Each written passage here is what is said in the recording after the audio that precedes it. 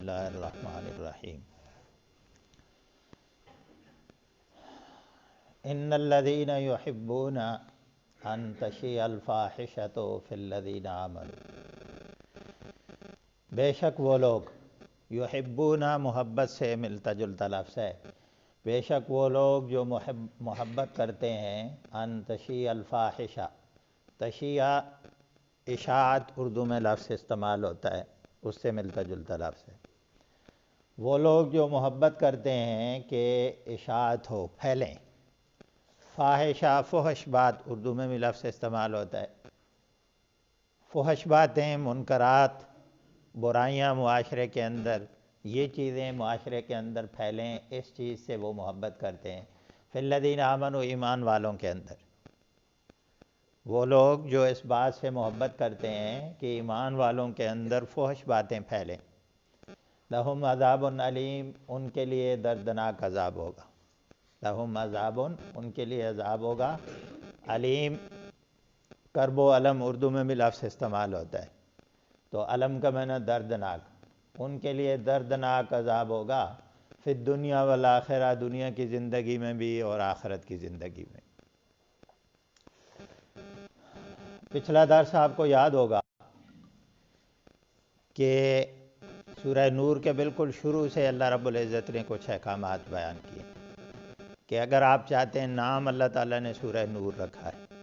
کہ یہ وہ احکامات ہیں، اللہ کی وہ حدود ہیں کہ اگر ان کو معاشرے کے اندر نافذ کر دیا جائے تو معاشرے میں نور پھیلتا ہے،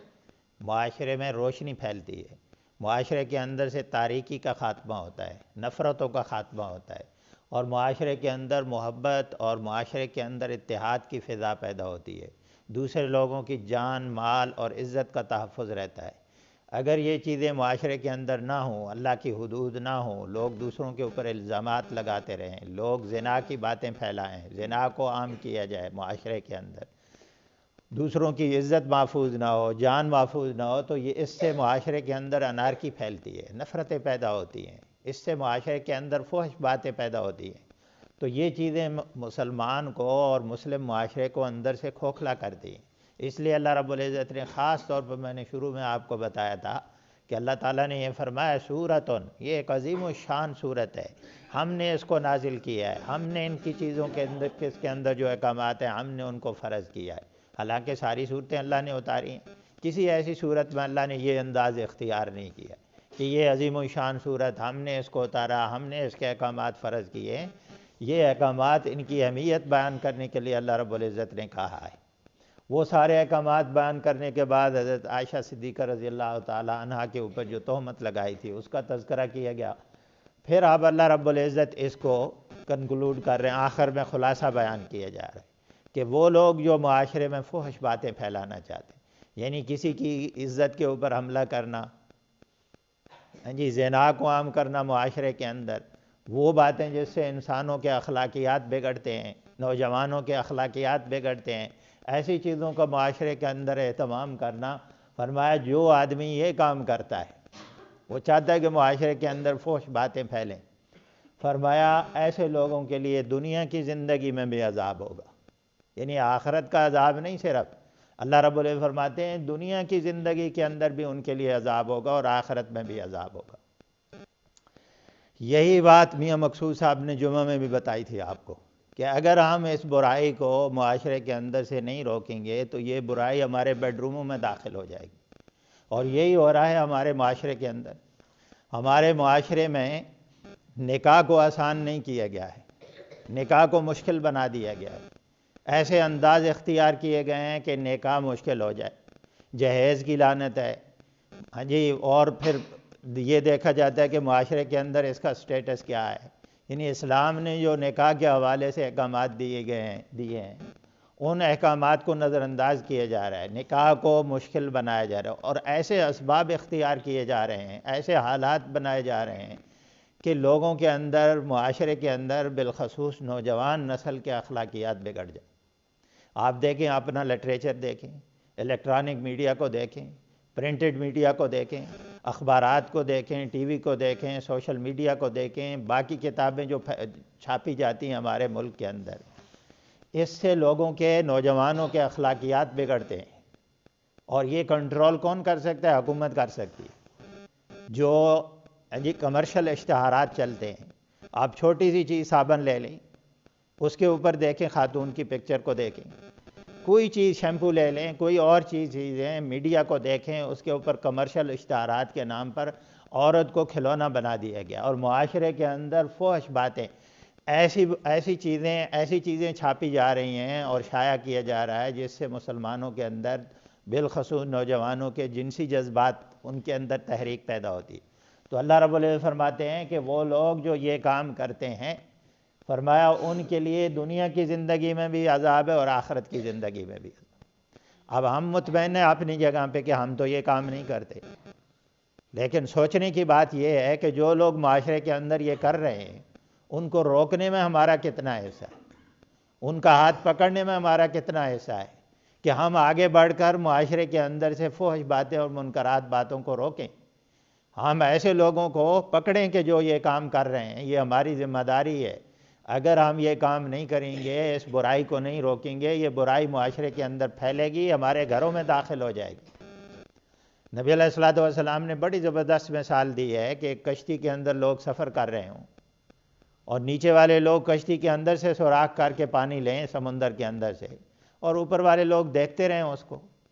وہ کہیں یہ تو اپنے حصے کے اندر سوراخ کر رہے ہیں، ہمارے لیے تو ہمارا جو لیول ہے کشتی کا وہ تو محفوظ ہے۔ تو وہ ان کی حماقت ہے، اس لیے کہ کشتی میں جب پانی داخل ہوگا تو وہ بھی نہیں بچیں گے، وہ جو اوپر بیٹھے ہیں وہ نہیں بچیں گے۔ تو اس لیے یہ بتایا جا رہا ہے کہ اگر معاشرے کے اندر فحش باتیں اور منکرات باتیں پھیلیں گی، منکر باتیں، تو کیا ہوگا؟ پھر کوئی آدمی جو اس کے اندر انوالو ہے یا نہیں ہے اس کے گھر میں بھی داخل ہو جائے گا، سارے اس سیلاب میں بہہ جائیں گے۔ تو اس لیے اسلام یہ کہتا ہے کہ بھائی جو معاشرے کے اندر فحش باتیں، فحش لٹریچر ہو، میڈیا کے اندر فحش باتیں ہوں جس سے معاشرے کے اندر فحش باتیں پھیلیں، آپ تعلیمی اداروں کو دیکھ لیں، یہ کو ایجوکیشن کیوں ہوتی ہے؟ لڑکے اور لڑکیاں کیوں اکٹھے پڑھتے ہیں؟ بڑے بڑے سکولوں میں آپ دیکھیں ہمارا کیا کردار ہے ان کو روکنے میں؟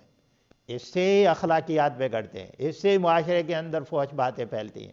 پردے کو رواج نہیں دیا گیا، اسلام کے احکامات کو نظر انداز کیا گیا ہے، کو ایجوکیشن ہے۔ شادی بیاہ میں دیکھیں مکس گیدرنگ ہوتی ہے، خواتین اور مرد اکٹھے بیٹھتے ہیں اٹھتے ہیں، بازاروں میں جا کے دیکھیں تو یہ ساری وہ چیزیں ہیں جن سے فحش باتیں معاشرے کے اندر پھیلتی ہیں، اور اللہ رب العزت فرماتے ہیں کہ اس سے دنیا اور آخرت میں ذلیل اور رسوا ہو جائیں گے آپ۔ واللہ یعلم وانتم لا تعلمون، اللہ جانتا ہے تم نہیں جانتے ہو۔ یعنی اللہ نے جو احکامات تمہارے لیے فرض کیے ہیں، اللہ اپنے علم کی بنیاد پر یہ بات کہہ رہے ہیں، اللہ اپنی حکمت کی بنیاد پر کہہ رہے ہیں، اللہ تمہارے مفاد میں بات کر رہے ہیں، اس لیے کہ اللہ کو علم ہے کہ اس کے نقصانات کتنے ہوتے ہیں۔ مجھے اور آپ کو نہیں پتہ، ہمارے علم کا وہ لیول نہیں ہے، ہماری سمجھ کا، ہمارے اندر وہ کیپیسٹی، گنجائش نہیں ہے، طاقت اور قوت نہیں ہے کہ ہم ان چیزوں کا ادراک کر سکیں، ان چیزوں کو سمجھ سکیں۔ اس لیے ایک مسلمان کو اللہ کے احکامات کی پابندی کرنی چاہیے کہ اللہ جانتا ہے، ہمارا رب جانتا ہے، ہمارا رب حکیم ہے، ہمارا رب ہمارے ساتھ محبت کرتا ہے، اس نے جو احکامات دیے ہیں ہمارے مفاد میں دیے ہیں۔ تو اس لیے اللہ رب العزت فرماتے ہیں اللہ جانتا ہے تم نہیں جانتے ہو۔ اللہ کے دیے ہوئے فیصلوں پر آمین کہو، ان کو نافذ کرنے کی کوشش کرو۔ وَلَوْلَا فَضْلُ اللَّهِ عَلَيْكُمْ وَرَحْمَتُهُ، اور اگر اللہ کا فضل تمہارے اوپر نہ ہوتا، لولا فضل اللہ، اگر اللہ کا فضل تمہارے اوپر نہ ہوتا، اس کی رحمت نہ ہوتی، وَأَنَّ اللَّهَ رَؤُوفٌ رَحِيمٌ، بے شک اللہ تعالیٰ بڑا مہربان اور بڑا رحیم ہے، بڑی نرمی کرنے والا، بڑی محبت کرنے والا۔ یعنی یہ جو اللہ نے احکامات دیے ہیں، یہ تو تمہیں آگاہ کیا ہے تمہیں خطرات سے، یہ اللہ کا فضل اور اس کی رحمت ہے، یہ اس کی مہربانی ہے کہ وہ ہمیں بتا رہا ہے کہ بھائی یہ چیزیں تمہارے لیے ہلاکت کا باعث ہیں، تباہی اور بربادی کا باعث ہیں۔ اس لیے اللہ فرماتے ہیں یہ اللہ کا فضل اور اس کی رحمت ہے تمہارے لیے، اور پھر اس کی رأفت، اس کی نرمی، اس کا حلم، اس کی رحمت، یہ جو ہم اس کی نافرمانی کرتے ہیں، جب ہم اس کی بغاوت کرتے ہیں، اور اللہ پھر ہمیں اصلاح کا موقع دیتا ہے، پھر ہمیں سنبھلنے کا موقع دیتا ہے، پھر ہمیں پکڑتا نہیں ہے، تو یہ اللہ نے فرمایا یہ اوپر والی جو باتیں ہیں یہ تو ایسی ہیں کہ اللہ فوری پکڑے۔ معاشرے کے اندر فحش باتیں جو پھیلاتا ہے، فرمایا یہ بڑا عظیم جرم ہے، اگر اللہ چاہتا تو میں پکڑ لیتا، لیکن اللہ بڑا مہربان ہے، اللہ بڑا رحیم ہے، ہمیں پکڑتا نہیں ہے، ہمیں سنبھلنے کا موقع دیتا ہے، اور اللہ نے یہ احکامات جو دیے ہیں یہ اس کا فضل اور اس کی رحمت ہے، یہ اس کی مہربانی ہے۔ اللہ چاہتا ہے کہ انسان پریشانی میں مبتلا نہ ہو، ان کی عزت محفوظ رہے، ان کی جان محفوظ رہے، ان کا مال محفوظ رہے۔